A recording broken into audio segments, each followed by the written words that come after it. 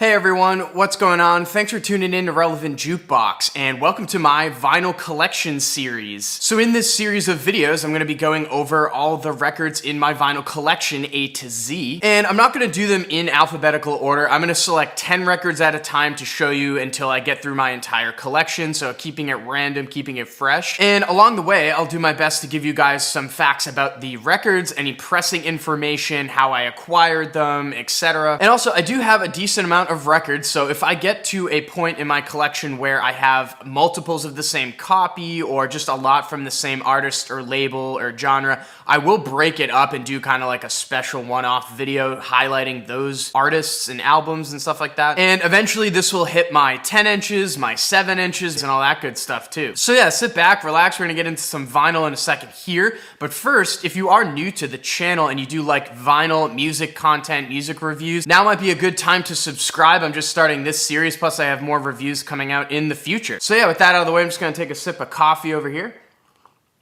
We'll hop right into these records. Starting off here with a record I was very glad to see get a nice proper reissue. This was long out of print, very expensive, but Modest Mouse's This Is a Long Drive for Someone with Nothing to Think About. Really, really awesome record here for Modest Mouse. One of the better in their discographies, in my opinion. And this was the Newberry Comics limited reissue, and it is pretty much exactly what you'd want the vinyl to come out looking like. It's a silver blue color in color pressing, which is amazing.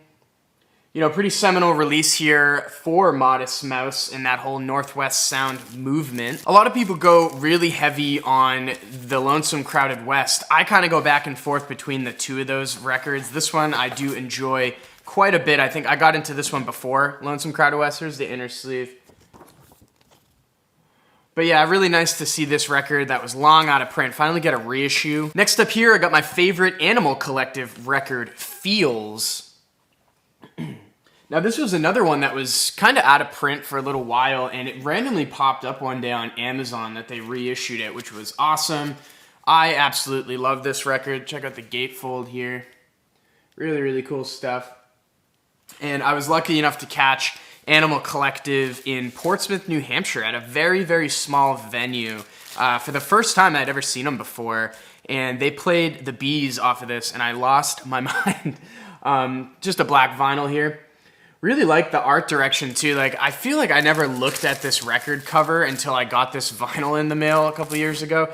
And it's really grotesque, like how all the kids are like, you know, eating all the birds and shit. It's like kind of crazy. Next up here, I got a pretty awesome drum and bass EP from a pretty small DJ, Mall Grab. How the Dogs Chill, Volume 1.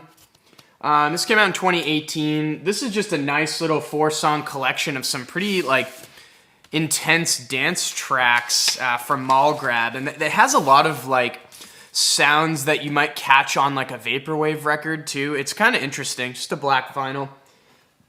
But yeah, he's just like a smaller DJ. He kind of just drops EPs randomly. And this one right here, I think, is my favorite one that he's done so far. I haven't really heard too much recently, but definitely suggest seeking this out. Next up here, I got David Bowie's Pinups.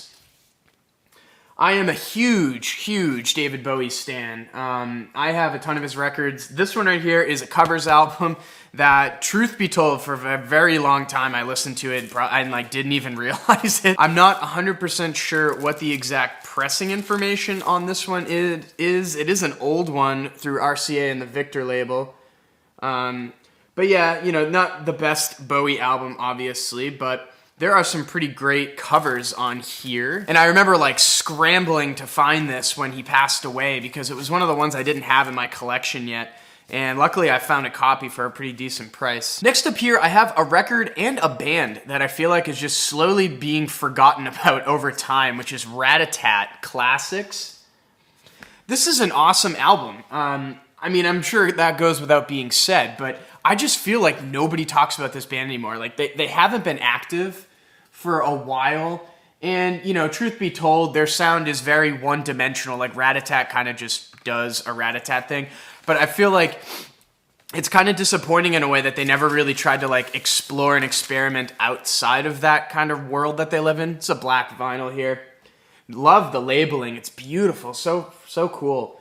But yeah, I mean, I just feel like there was a lot of untapped potential still going on there. I'd love to see these two get back into making music. Next up here, I have Bad Moon Rising by Sonic Youth. Now here's another band I am a huge stan of. I absolutely love Sonic Youth. I'm obsessed. And this is one of the earlier records that I got into, truthfully, a lot later, because this isn't necessarily the first direction that somebody points you in with Sonic Youth. And, you know, this one here, a little bit more of a depraved listen as far as Sonic Youth even goes, but I enjoy the hell out of this record. It's got some really good tracks on it. And this was one of the limited presses through ORG Music. It's on Transparent Orange. This is limited to 200 copies. And if you're not familiar with ORG, they're kind of like MoFi. They do offer higher quality remasters and pressings, and they always sound really, really nice. You know, maybe not as, you know, known as MoFi, but still really great. And if you haven't heard this Sonic Youth record yet, I highly suggest checking it out. There are some really awesome tracks on here, like Society as a Whole. Next up here, I have Monomania by Deerhunter. I absolutely love this record. Deerhunter, again, one of those like unsung heroes of the modern day rock scene, unfortunately. This did come with an OBI strip too.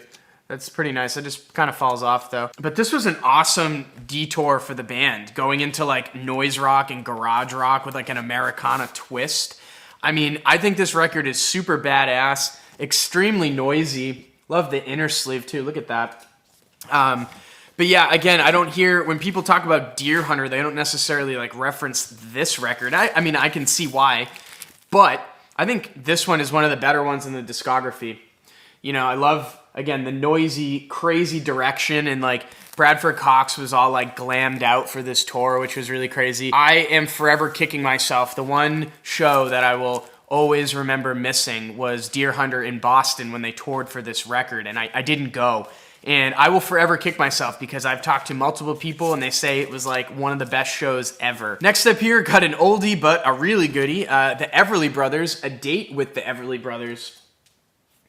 Love the album cover on this too. It kind of reminds me of the opening of SpongeBob, how it's got like that frame or whatever. But yeah, the Everly Brothers are some really, really awesome duo that I got into a couple years back. And, you know, mainly just because of the melodies. I was trying to learn structure, melody, and the hooks on this record are like unbelievable. This is one of those gold label presses from Warner Brothers back in the day.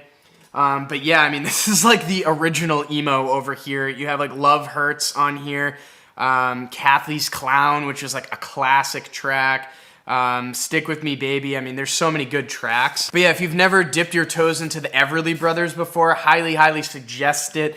You know, really old vintage style of rock with some solid songwriting, but really simplistic but beautiful. Next up here, I have King Geedorah, Take Me to Your Leader. One of my favorite MF Doom records, for sure. This is MF Doom on here. King Geedorah is one of his aliases for mainly like a producer tag. He did produce this entire record. He also raps on it a little bit too, under that name. Now here's the gatefold. All these like planes and army like personnel kind of, I don't know. But yeah, this one here is just like a very eclectic listen, even for like Doom. There's a lot of weird samples in here. This is just like one of those black reissues that was on 180 gram vinyl. But yeah, this record is unbelievable if you hadn't heard it yet. And I do think I'd say this might be my favorite record from Doom, like from his production side of things. You know, Crazy World, Phasers, Fastlane. I mean, this record is just like so off the walls. It's kind of like, you know, taking acid and going into the 80s or something weird. And last up here, rounding up this batch of records, I have Alex Cameron's debut, Jumping the Shark. Here's a really underrated singer-songwriter from the modern day. You know, that I think he might get appreciated a little bit more over time, but he's just been laying down some just fantastic track after fantastic track over the years. His debut is a little bit darker in tone, which I do like a little more. It's almost like more like a Nick Cave, like noir type direction for his sound. And it's really smooth too. This is just a black vinyl. I don't have one of the limited ones that I think are floating around out there. But yeah, I enjoy all of his records, to be honest. And he's a really, really fun concert too. I caught him again up in Portsmouth about a year ago, and it was just a really great time. Bunch of kids, you know, with like cognac and turtlenecks with like, you know, their sweaters just kind of like swaying around, and it was just like a really fun vibe. So that's gonna round up part 1 of my vinyl collection series here. I hope you enjoyed it, and I'm gonna try and keep up with this like once a week. I might do it more frequently, I'm not sure. I got a lot of records to go through. But yeah, if there's any other ideas or things that you would like to see or things you'd like me to change about this, definitely let me know. Drop a comment down below. And as always, thank you for watching. If you like this video, make sure to like and share. And if you want more content from me, hit that subscribe button. Peace.